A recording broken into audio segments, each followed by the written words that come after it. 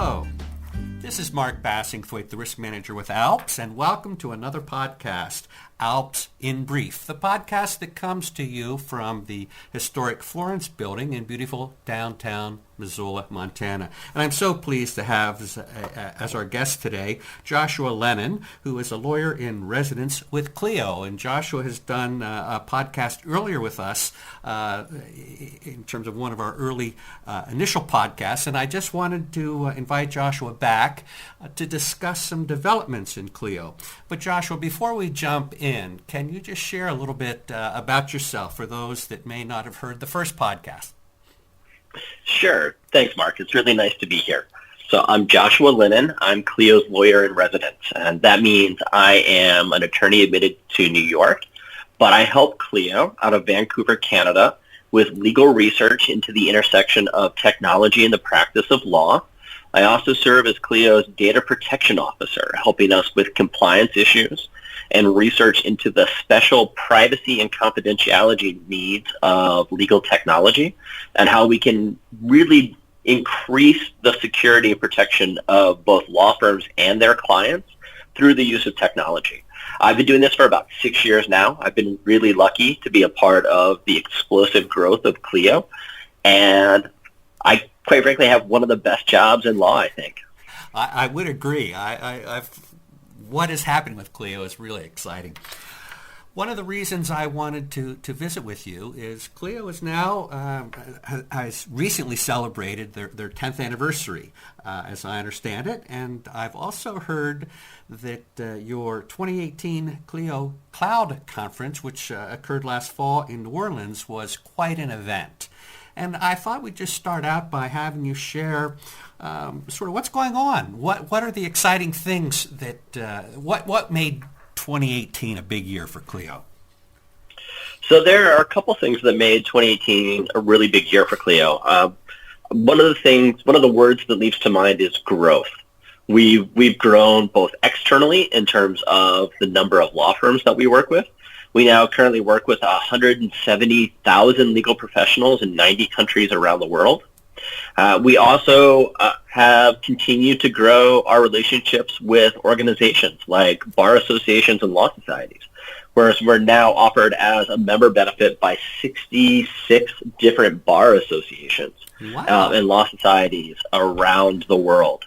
Excitingly, one of the oldest law societies in the world, the Law Society of England and Wales, is now offering Clio as its exclusive cloud-based member benefit, which is kind of cool. So we get to go over to England and visit just amazing historic locations that have influenced the common law around the world. So that's been really cool.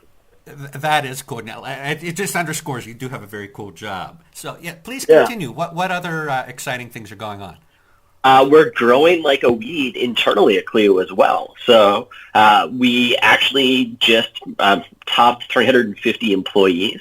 So that's 350 experts in their field, either building the back end of Clio or providing award-winning customer support to our customers.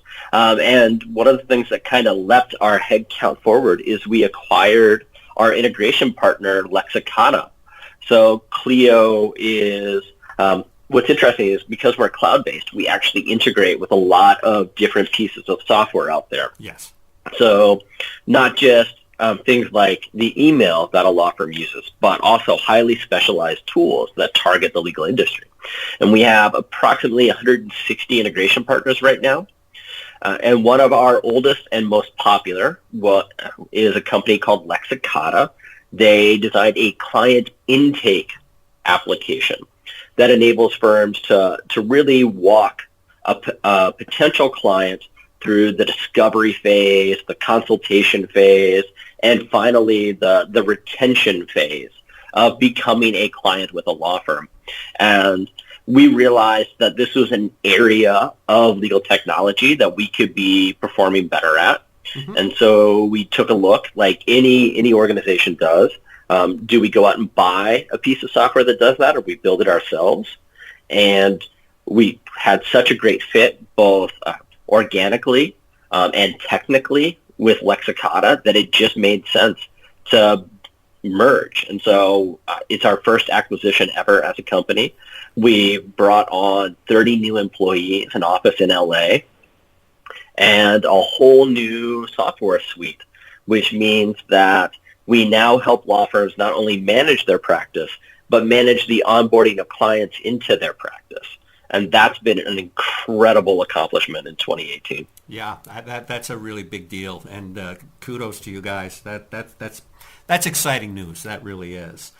One of the things that I took note of from the cloud conference, I didn't attend, but I have been on the site and just looking at all the different speakers, and it looked like it was a fantastic conference. But I was very interested too in the Legal Trends report, and you had given a presentation not too long ago, I believe, sort of talking a bit about legal trends, the Legal Trends report. And I was interested in you talked a bit about sort of lawyer missteps. And I think Lexicata plays into this. Can you kind of explore a little bit what you learned out of Legal Trends and how Clio is helping lawyers? So in case your listeners aren't familiar with the Legal Trends report, it is an annual report that we've put out for the past 3 years. We always release it around the Clio Cloud Conference, which tends to be in the autumn. And it focuses on 2 different types of data. So the first is data contributed by our customers through the use of Clio as software. And I use the word contributed because it's something that you can opt out of. But while we don't look at any confidential information, I want to be very clear about that, we can look at certain metadata around the way lawyers use Clio. So, for example, lawyers need us to keep track of how long a bill has been open and is it past due. So while we can't see the client or the amount, we can see that in an anonymized aggregate state, so again, very, very at arm's length, right, we can see that certain percentages of bills stay open for a certain percentage of time. And so that's the type of data that we bring into the Legal Trends report. But on top of that, we also do some really extensive outside research on a variety of different topics, both with lawyers, and in 2018, we started talking to clients and how they are interacting with lawyers. So what was interesting is, in the client research that we did in 2018, we found that clients are really signaling that they want to work in particular ways with law firms. And when we asked the exact same question to lawyers, we found there was mismatch. So one example is scheduling appointments. And it turns out that clients really want a very seamless, single touch point method for contacting a law firm and scheduling an appointment. They don't want to do a back and forth in email. They want to be able to pick up the phone or go to a website and just have an appointment made quickly and easily. And we found that lawyers were the opposite. They wanted back and forth, usually because they may not have access to their schedule, or that they may be interrupting other important billable activities. Right. And so there's this mismatch or a misstep, as you said, between how the clients are expecting to interact with the lawyers and how lawyers are interacting with their clients. And we went on in the report to identify 8 different areas of mismatch between client expectation and lawyer service, and how that can create frustration between the two parties, and maybe an issue when it comes time for clients to refer new business to a law firm. Interesting. And just as an aside, is this report available to just the general public or attorneys if they have any interest in taking a look? Absolutely. So it's available for free. You can get to it by going to clio.com/LTR. So it's Clio, CILO, .com/LTR, which is short for the Legal Trends report. That'll actually take you to a website where you can download all 3 versions of the Legal Trends report, the 2016 through 2018, each with a little bit of unique research in each year. And we've also provided some tools on that website based off of the research as well. So, for example, you can actually take a look at the billable rates per practice area, per state, for both lawyers and non-lawyers, and compare your own rates to them to see if you're charging maybe a premium for a high-value product, or if maybe you're thinking about being a volume-based law firm, and are your rates then competitive with the law firms around you? It sounds like a lot of great information there. Any news on new features being released? Absolutely. So in addition to acquiring Lexicato, we've actually been rewriting it, and we're launching it in January of 2019 as a completely new system that we're calling Clio Grow.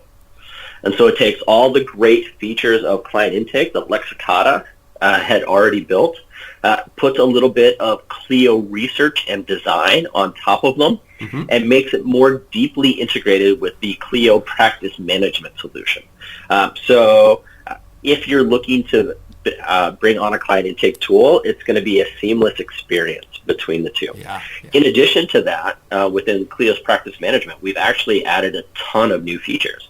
One of the things that has been most well received is we've built in payment plans into Clio right now.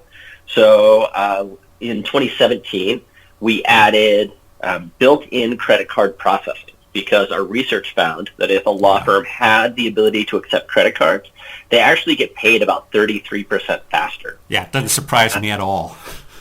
Yeah, and so if we can help our customers have a better accounts receivable, we figured we should.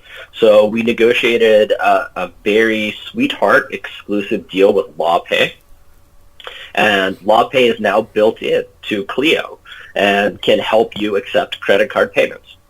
So if you turn on LawPay in Clio, and it's provided at no additional charge, then you can also turn on payment plans, and it allows you to take an invoice, structure a series of payments, including how often it gets paid, and we'll just run that automatically in the background for you. It's been incredibly well received with people helping individuals in particular, so family law lawyers, for example, or traffic and DUI, DWI lawyers are finding it to be a really helpful tool for bringing clients in, helping them afford legal services, and helping the law firm's bottom line. So that's been an incredibly well-received one.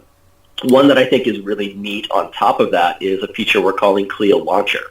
And it is a downloadable plugin that you put on your computer, and anytime you see a document in Clio, if you click on it, it'll just open that document in whatever appropriate piece of software is on your computer. So if you've got a Word document stored in Clio, for example, you click on it, it'll open in Word, and then when you click Save, it will save it directly back up to Clio's servers.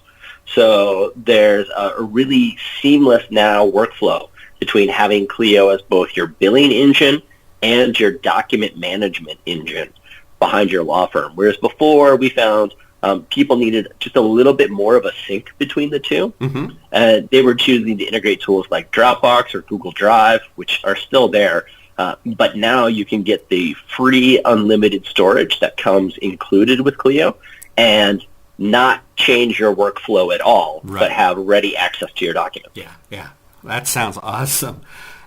I like that one a lot. Am I correct that Clio is moving into the mobile space as well? Absolutely. So we've had a mobile app for years, available on iPhone and Android, as well as an iOS tablet app. And what's really interesting is there's been kind of a change in mobile architecture. Okay. All right. And so this is probably highly technical for your audience, but before, when you were building apps, you would have to have really highly specialized language depending on the phone you were building it for. And a little while back, app developers realized this was kind of ridiculous. If I have to write the exact same thing in two different languages for an iPhone and an Android phone, that's a huge amount of overhead. And it actually diminishes the ability to improve an app, update it quickly, add new features, because we have to write the exact same thing twice, Right. but in different languages. So there's been a shift, and this is mostly led by some of the bigger tech companies out there towards developing single source languages that allow you to develop really quickly. So Clio's on board with this. We're converting our mobile apps to this single language, which is called React. And we're actually using it to release a variety of different apps. So not just a Clio app now. We actually have just put together a free timekeeping app that's available on the iTunes store. So if you are a solo lawyer, you don't really need a full practice management solution. Maybe you're just starting out. Maybe you're working part-time, but you still want to keep track of your time. We've got an app for you. And we build feedback cycles into our apps. So if you download it, if it's not the right fit, there'll always be a feedback link. Tell us what we can improve. And we're going to keep doing things like that, adding new apps and third-party services using rapid development techniques. So that way we can find the best fit for law firms and lawyers out there. And what is on the horizon for 2019? Any exciting things that... So yes, absolutely. One of the things that I'm really excited about is we talked a little bit about the Clio Cloud Conference, and it was another area of explosive growth for Clio in 2018.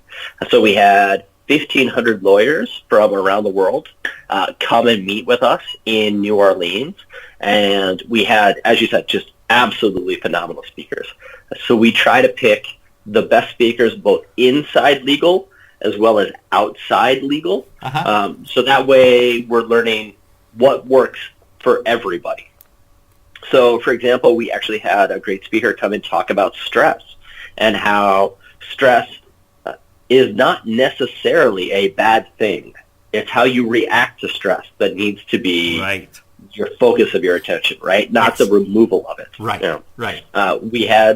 We had people who from Stanford who came and talked about designing your life and how we oftentimes think of our professional life as separate from the rest of our life. And really, it's all just one big continuum. Yes. So how are you including the idea of your practice as a part of your life? And this is, I think, really important for lawyers because we consider ourselves professionals. It's an identity as well as a career. And if we're not thinking of that identity as both a part of our personal lives and our professional lives, we feel a lot of stress, for lack of a better word, between the two. So if we approach it with a clear vision, while we may not be able to eliminate that stress, we can definitely control how we react to it, right, and our understanding of how other people are reacting to it as well. And I found that to be very eye-opening. Yeah. So 1,500 lawyers, phenomenal speakers, a really great party on top of that. But we ended up outgrowing the conference center that we were at. So there's no way we're going to fit next year. So we decided to move. And in 2019, we're going to be in San Diego, California. Oh, now there's a nice spot, huh? Yeah, and we're expecting to add another 500 attendees. Oh, my God. So, and we're already half sold out, which is amazing. That really is. Wow. Yeah. Wow. So I'm sorry, I sound like I'm really hyping Clio a lot, but it's just been a great year. Well, it has. And, you know, why I like to visit with you from time to time, you know, my role is risk manager. But I'm not, you know, again, a traditional risk manager in the sense that I manage the risk of the ALPS Corporation. I am hired to be a risk manager for all of our insureds. And for many attorneys, I mean, you don't have to be an insured to work with me and you know, call in and ask questions. And I, from a risk perspective, for so many reasons, just believe strongly in the value of a product like Clio. in terms of, I could sit here and talk for probably 20 minutes on why I think moving to the cloud is a good idea, and doing all of the things that you folks are doing in terms of the tools that you bring to the table for lawyers. I see that as essential.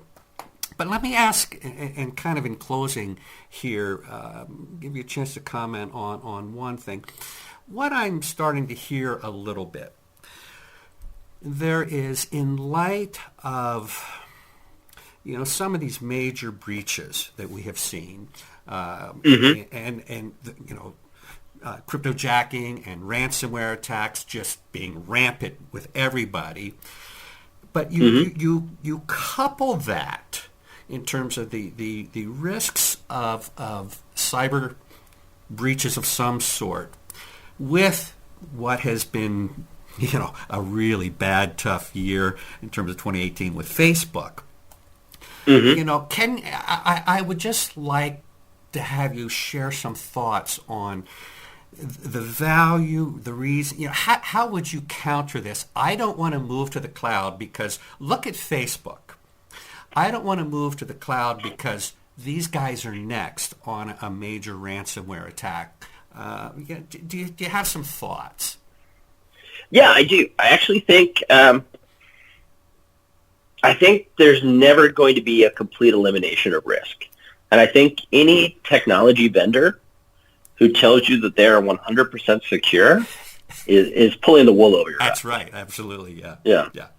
And so, but I do believe that there are vendors out there who are transparent in their security protocols, who are committed to the specific needs of the legal industry, and they're definitely very specific, but also are keeping in line with the security requirements of clients. And I think this is a really important point that most lawyers don't think about. There's a lot of privacy and security law that is being imposed upon clients right now. Right. And those clients are in turn turning to their law firms and saying, how are you living up to this standard with my files? And so you need a tech vendor who recognizes not only your ethical duty of confidentiality, but your client's regulatory duty of privacy, and combines technology in a transparent way to facilitate both. And even that won't eliminate the risk 100%. Oh, right. Yeah, you're never going to. That's impossible. I do understand. I hope our listeners understand that. Am I understanding correctly that, what I think differentiates companies like Clio is that when you approach the build, the software and hardware build in terms of how am I hearing that the design from the bottom up is really looking at what are the obligations lawyers have, what are the regulatory issues clients face, and where security is thought through from the beginning, as opposed to, hey, let's build this cool thing and call it Alexa. And I'm not picking on Amazon here, but it's been a bad day for them today. So yeah. Do you appreciate where I'm going? It sounds like, and I just want to confirm that I'm hearing this correctly, that design in terms of preserving confidences and security are very much part of the design process from the very beginning, as opposed to a last minute, we should think about that. Yeah, actually, there's an industry approach that's called privacy by design. And in some instances, it's required, legally speaking. So the General Data Protection Regulation out of Europe is really trying to push privacy by design on a whole host of different businesses. But yeah, it absolutely needs to be a part of any consideration when it comes to building technology that handles sensitive data, which I think we're beginning to discover is all technology handles sensitive data at this point. So how we do it at Clio is, as per our terms of service, we actually take on some of the responsibility of that risk, where we commit ourselves to industry best practices. And we are very transparent in whom we use as part of our back end.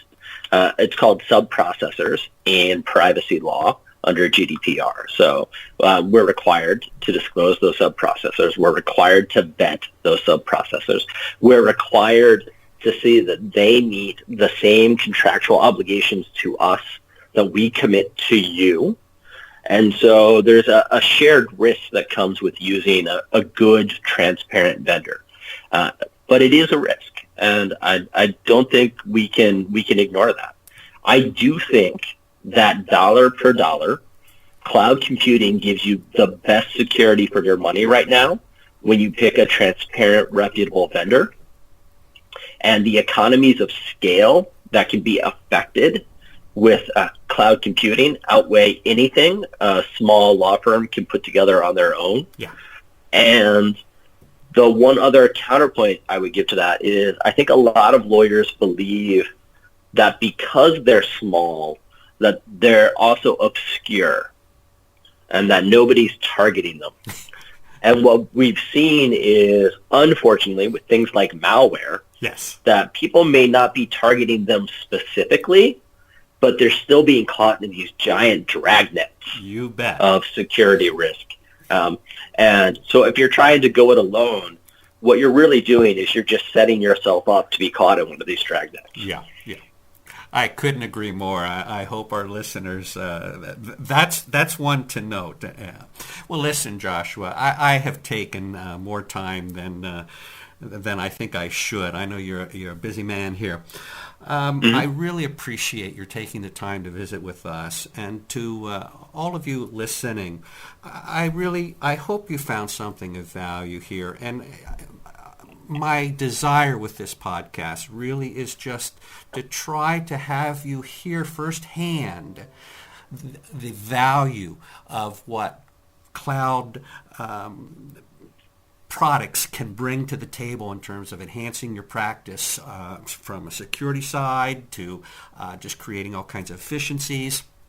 So if you have been hesitant to look at these kinds of things up till now, I hope you will rethink it.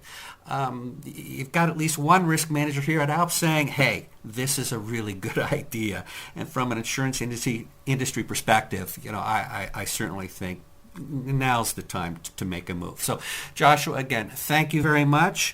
I appreciate your time. To all of you listening out there, if you have another topic you'd like to hear discussed at some point in the future, or a guest you'd like to have join us, please don't hesitate to reach out. You can reach me at mbass@alpsnet.com. Thanks for listening. Joshua, have a good one. You too, Mark. Thank you.